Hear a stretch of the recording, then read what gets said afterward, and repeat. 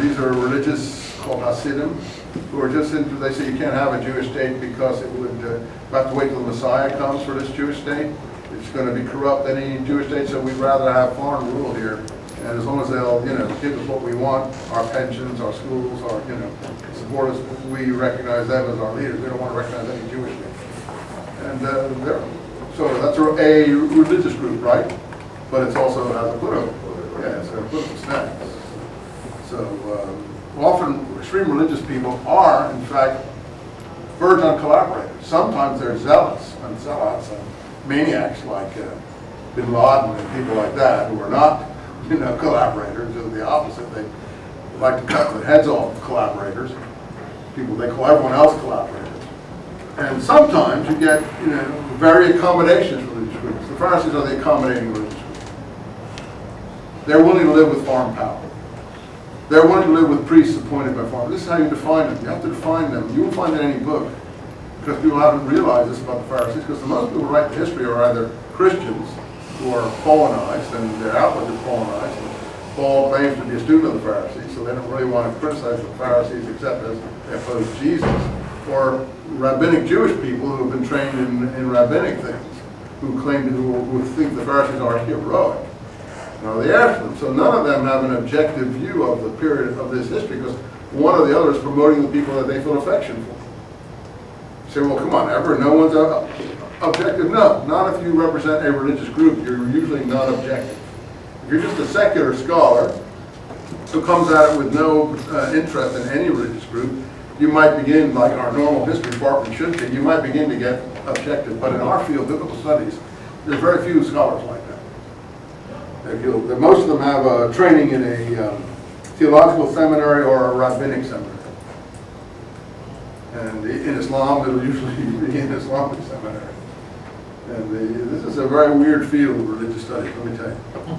It's very frightening if you don't know it that well. So, in any case,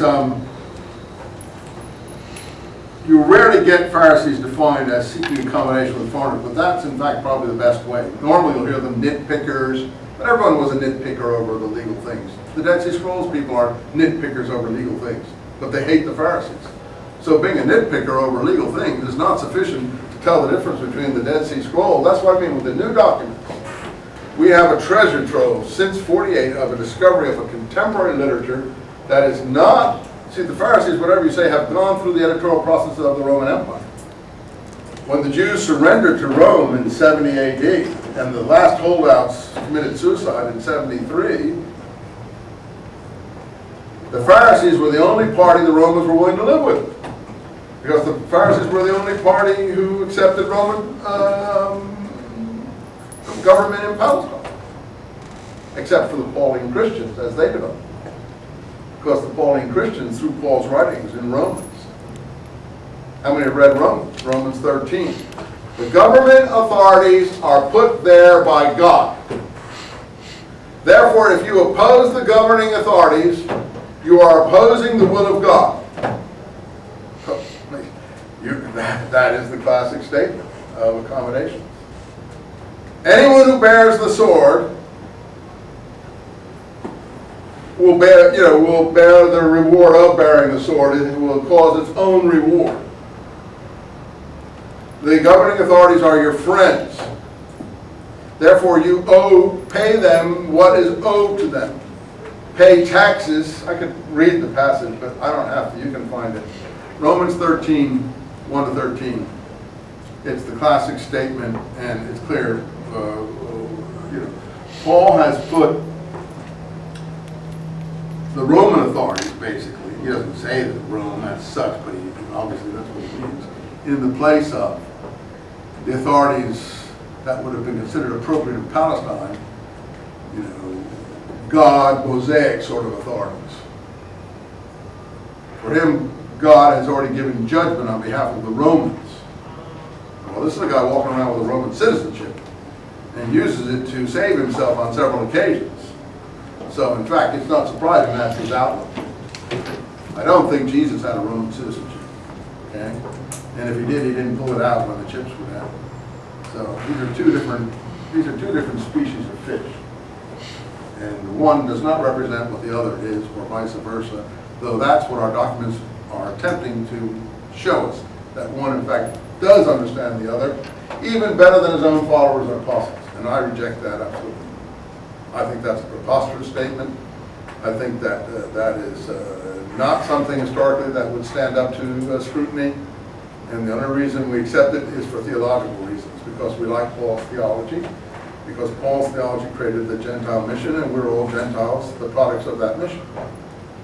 So therefore, we like the hero who brought us into the fold on the conditions under which he brought us into this fold. But that doesn't necessarily represent what Palestine was in the first century. That's just what's in the letters of Paul, which are our basic theological documents. Paul's letters supersede everything else in terms of their control and power for our thought process. So we basically follow that. So that's what I say. So there are two groups that survived the war against Rome. One, accommodating Christians. Two, accommodating Jews. The accommodating Christians are Pauline Christians. The accommodating Jews are rabbinic Jews. But there's other groups who caused the war against Rome, more zealot messianic groups who don't accommodate to anyone, who think you shouldn't pay taxes to Rome, who think that only God rules here, and so on and so forth. So these are holdouts in various areas, and the scroll documents represent that third group. And that's why we're so fortunate, because now we have the third group, the mindset of the third group by which we can measure the other two. So you can't blame scholars before 1950 for not knowing this stuff. But after 1950, you can start to blame them, because we now have a whole literature of the third way, if you want to call it that way. The literature of the war against Rome, the mindset of the war against Rome, the literature of the native messianic movement, if you want to call it that. All kinds of things like that here, which are totally different than what we've been presented. And finally, it's clear, if you now read the letters of Paul in that context, that Paul is familiar with this group, that he spent time with this group, that he's using the vocabulary of this group, but he's turning it 180 degrees inside out. And that's a very important conclusion. Now, how can I draw that conclusion? Because I look at the documents. You haven't drawn that conclusion only because you haven't yet got the documents taking some time. Anyway, let's go back now. So we have this Herod who's very unpopular, has to go to Rome, get an army under Mark Antony, who sponsored his father, come back, storm Jerusalem, only the Pharisees cooperate. He therefore executes all members of the previous Sanhedrin that opposed him.